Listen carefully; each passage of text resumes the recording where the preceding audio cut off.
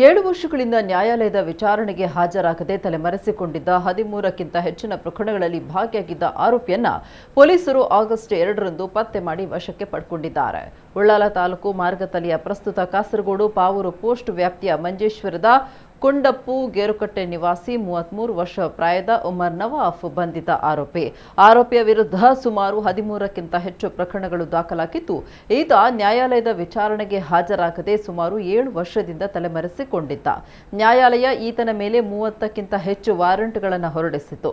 ಮಂಗಳೂರು ದಕ್ಷಿಣ ಉಪವಿಭಾಗದ ಸಹಾಯಕ ಪೊಲೀಸ್ ಆಯುಕ್ತ ಮಾರ್ಗದರ್ಶನದಂತೆ ಮಂಗಳೂರು ದಕ್ಷಿಣ ಉಪವಿಭಾಗ ಕಚೇರಿಯ ವಿಶೇಷ ಕರ್ತವ್ಯ ತಂಡದ ಅಧಿಕಾರಿ ಮತ್ತು ಸಿಬ್ಬಂದಿ ತಲೆಮರೆಸಿಕೊಂಡಿದ್ದ ವಾರಂಟ್ ಆರೋಪಿಯನ್ನ ಪತ್ತೆ ಮಾಡಿ ವಶಕ್ಕೆ ಪಡೆದುಕೊಂಡಿದ್ದಾರೆ.